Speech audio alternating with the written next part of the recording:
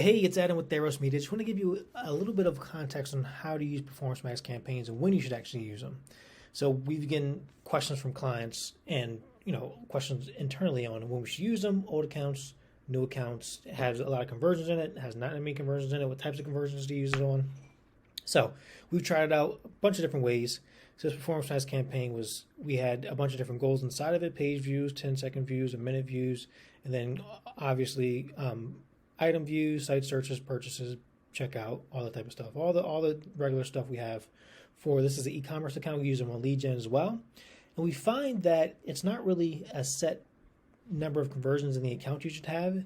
It's more of the budget you can allow for Performance Max. So let's go to one that's active now. That one hasn't spent any money yet because we just turned it on. All right, so this one is active right here. So this Performance Max campaign is active. Page view is a secondary, so it's not actually, it shouldn't be counted in conversions. Let's see if it is. Nope, it's not at all. So the only thing in this account that's counted as conversions is purchases and phone calls, add to carts. So we actually set up conversions for each Performance Max campaign, and we set them up as separate tags on the website. So if we go inside here, you'll see that we have, and we cleaned up the conversions a ton actually. And we do this the same for lead gen accounts. We have HVAC lead gen accounts we're using Performance Max on, which is performing very, very well. And we have separate landing pages. We have separate conversion tags on the website for our Performance Max campaign. So everything's separate as far as Performance Max goes because we want to train it like we do a Facebook pixel. So that's the way I think of Performance Max as campaign budget optimization for Facebook. And we're training each performance or each tag like its own pixel. So we're training a Performance Max add to cart tag, we're training a Performance Max purchase tag, we're training a Performance Max lead tag, a lead form tag, all that type of stuff. So you're training them separately in your Performance Max campaigns, and that's what's going to allow the machine learning that Google has to give you better results over time, in our opinion. So that's the way we found it works the best. Because if you give it a top of the funnel like page view or time on page or add to cart, it's going to optimize for that and not necessarily optimize for sales.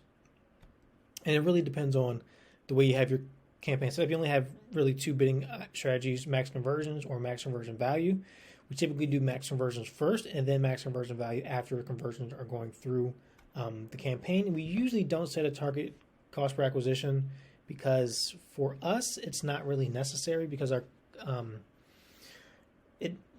it usually performs the way we want it to for the most part. We haven't had any Performance Max campaigns for our accounts that have dipped below 10 times ROI for the most part. I mean, a lot of them are getting 15 to 20 to 25%, 25 times return on investment. So we've had a bunch of HVAC accounts in big cities, mind you. Smaller cities usually have about 10 to 15 times ROI over Performance Max, but bigger cities, it depends on what you're going after, but for a lot of times, air conditioning replacements, heat pump replacements, even ductless systems. Ductless systems are the best. Like the higher, the more expensive the system, typically the better return on investment we have for Performance Max because the leads come in around the same. So leads come in usually 20 to 25 bucks for a larger city. For a smaller city, around 25 to 30 to 35 bucks for a lead coming in for a new system. But this thing is taking forever to load because I have a bunch of tabs open. Anywho, we have goals set up in here. So Performance Max only goals. So these are only fired when Performance Max tags are fired on the website, and they're only tracked when a Performance Max campaign initiates that goal by itself. So that's separate by itself. So we have regular conversion, purchase tag, and then we have Performance Max add to cart, Performance Max. This is all time. So let's do the last month. And there should be a bit of a difference between the conversions that came in and the ones that haven't, or the different tags. And you can see that we've tested this out on lead gen accounts first, the different tags in Performance Max, and then I thought to myself, why wouldn't we do that on an e-commerce site as well? So that's exactly what we ended up doing, and it's been running for a couple of days here. So it's still an iterative process that we're learning how to use Performance Max better. But my quick tip to you is doesn't really have to do with the amount of conversions you have in the account. It's the amount of budget you want to give your Performance Max campaign, and that's really dependent on the amount of people you're going after, how much you can afford to spend on a lead coming in, all that type of stuff. So different campaigns are different. Usually for an HVAC campaign we usually only take on HVAC, managed clients for HVAC.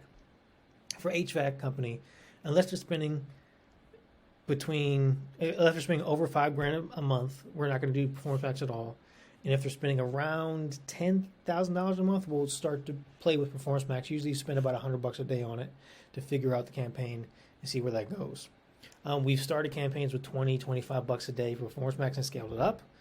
So $25 a day, we were getting leads in for, $13, $14. Then we scaled it up to $50 a day, started getting leads for $25 to $100 a day, and stayed steady at around $25. So it really depends on the amount of budget you have set towards it. So you can see here that total, we've had, why is it a half? Anyway, we've had about 9 conversions from our shopping campaigns at around $7,000 for total. And then we've had 3 through Performance Max, about $2,300 total. Transactions also, $9,000 came through the analytics from Google Ads, but our shopping tag only picked up 6,400 of it. So we're missing some conversions somewhere. This is from Google Analytics, and this is from a tag. Maybe the tag wasn't firing that day, or what have you. Performance Max add to carts. We've had 16 add to carts for Performance Max, but we've had. It's hard because this thing is not. Come on. It's so slow. That's why I like using the ads editor a lot better. All right. So you can see we've had 29 added carts for Google Shopping. So anything coming from the ads fires a tag. 16 from Performance Max specifically. I don't have the call for ads for Performance Max. I should. I have to click the call and click the chat. These are different tags. I'll leave them inside here. So 4 from Performance Max, 4 from Call from Products, so all the Call from Products for Performance Max. Click the chat, 2. So you can see here we basically set up a Performance Max funnel that works separately from all the other tags we have. Just because, so we have the goals for Performance Max. We have 4 different actions. We have add to cart, click the chat, click the call, and purchase, because we want all those counted in our campaigns. And should be in one campaign. I wonder why it's not. Anyway, so that's my advice to you is if you're going to set up Performance Max, set it up as an individual type of campaign. Think of it like a Facebook pixel you're trying to season. And that's how I do it, or that's how we do it for our clients as well. So it's been Adam with Theros Media. Talk to you soon.